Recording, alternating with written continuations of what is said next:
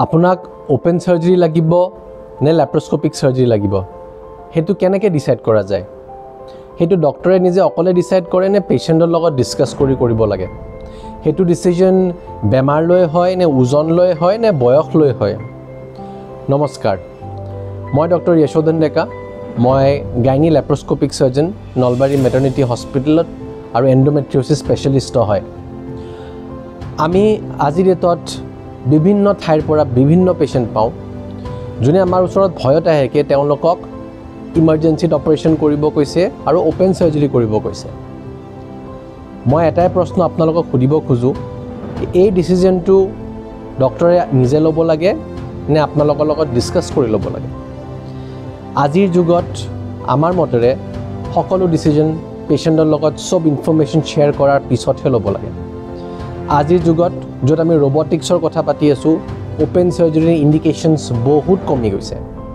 open সাৰ্জাৰি আমি বহুত limited বেমাৰবিলাকত কৰোঁ কেঞ্চাৰত কৰোঁ নলবা কেতিয়াবা যদি বেমাৰটো ইমান বেছি ডাঙৰ হৈ যায় কি আমি চম্ভালিব পৰা নাই তেতিয়া আমি ওপেন সাৰ্জাৰি কৰোঁ আমাৰ চেণ্টাৰত আমি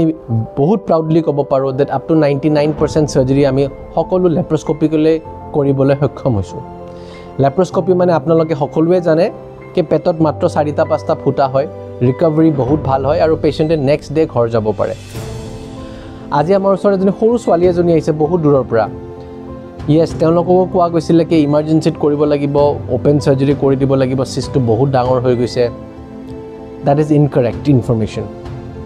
সৰু ছোৱালীৰ বিশেষকৈ আমি চেষ্টা কৰোঁ যিমান পাৰোঁ আমি ল্যাপ্ৰোস্কোপিকলি হ্যান্ডল কৰোঁ যেন তেওঁৰ পেটত দাগ বহুত কম হয় ৰিকভাৰি বহুত ফাষ্ট হয় এটা এনেকুৱা ওভেৰিয়ান সিস্টৰ পেশেন্ট আমাৰ ওচৰত আহিছে ইয়েস সিস্টটো অলপ ডাঙৰ 5 সেন্টিমিটাৰৰ ওপৰত সিস্ট হলে সাধাৰণতে মেডিচিনৰ কাম নিদিয়ে কিন্তু তাৰে মানে হেতু নহয় কি সাৰ্জাৰিটো আমি ইমাৰ্জেন্সিতে কৰিব লাগে বহুত বিভিন্ন ধৰণৰ সিস্ট থাকে যোনবিলাক আমি ওয়েট এণ্ড ওৱাচো কৰিব পাৰোঁ আৰু কিছুমান সিম্পটম নোহোৱালৈকে আমি ডেফিনেটলি ওয়েট কৰিব পাৰোঁ এই ছোৱালীজনীৰ সিস্ট আছিলে বহুত দিনৰ পৰা ভুগি আছিলে বহুত এডভাইস দিলে আমি আলটিমেটলি ক'লো বহুত সৰু ছোৱালী আমি ল্যাপ্ৰোস্কোপিকলিয়ে কৰিম আৰু তাই ভালে ভালে যেন স্কুল জয়েন কৰিব পাৰে উইদাউট এনি ৰেষ্ট্ৰিকশ্যন হেতুৱে আমাৰ টাৰ্গেট আছিলে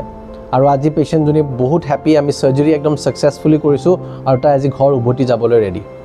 নমস্কাৰ মই গোৱালপাৰাৰ পৰা আহিছো মোৰ এই 3-4 বছৰ ধৰি এটা সিস্ট আছিল সেই সিস্টটো গোৱালপাৰাত 3-4 বছৰ ঔষধ খালো কিন্তু একো ভাল হোৱা নাছিল আৰু লাহে লাহে সিস্টটো ডাঙৰ হৈছিল তাৰ পিছত মিনচৰ হলে বহুত পেট বিষাইছিল এই মানে একেবাৰে সহ্য কৰিব নোৱাৰিছিল পিছত আমি এই 3-4 বছৰ ঘূৰি চালো কিন্তু কত একো যেতিয়া নহল তেতিয়া আমি ইউটিউবত চালো তাৰ পিছত ইউটিউবত চাই দেখিলো যশোধন ডেকা স্যাৰ আছে এই স্যাৰে ল্যাপ্ৰোস্কোপিৰ সহায়ত মানে কোনো কাটা চিৰা নকৰাকৈ ভালকে মানে হেতু উলাই দিয়ে কোনো ধৰণৰ ক্ষতি নহয় তাৰ পিছত আমি যোৱা 18 তাৰিখত আমি ইয়াত আহিলো অহাৰ পিছত স্যাৰে টেষ্টখিনি কৰিব দিলে আমাক টেষ্টখিনি চাই স্যাৰে ক'লে যে এইটো সিম্পল সিস্ট হয় এইটো আমি ল্যাপ্ৰোস্কোপিৰ সহায়ত ওলাই দিব পাৰিম তাৰ পিছত স্যাৰে ইমান আজি 21 তাৰিখ আজি আমি 5 দিন ধৰি আছো আজি আমাৰ ৰিলিজ হ'ব মানে স্যাৰ বহুত ভাল মানে স্যাৰে যেটো কোৱা হয়টো ভালকে বুজাই দিয়ে কোনটোৰ পৰা কি হ'ব নহব সকলোখিনি আমাক বুজাই কৈ দিয়ে আৰু ইয়াৰ ষ্টাফ বিলাকো বৰ ভাল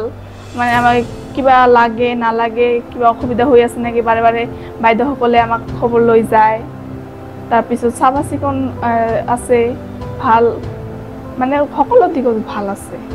যশোধন ডেকা স্যাৰক বহুত ধন্যবাদ কাৰণ মোৰ এই 3-4 বছৰ এইখিনি সিস্টটো এই ইমান সহজতে ঠিক কৰি দিলে সেই কাৰণে বহুত ধন্যবাদ স্যাৰক সুদক্ষ চিকিৎসক আৰু উন্নত মানৰ প্ৰযুক্তিৰ সৈতে ভাৰতী হস্পিটাল নলবাৰী আপোনাৰ বাবে আপোনাৰ লগত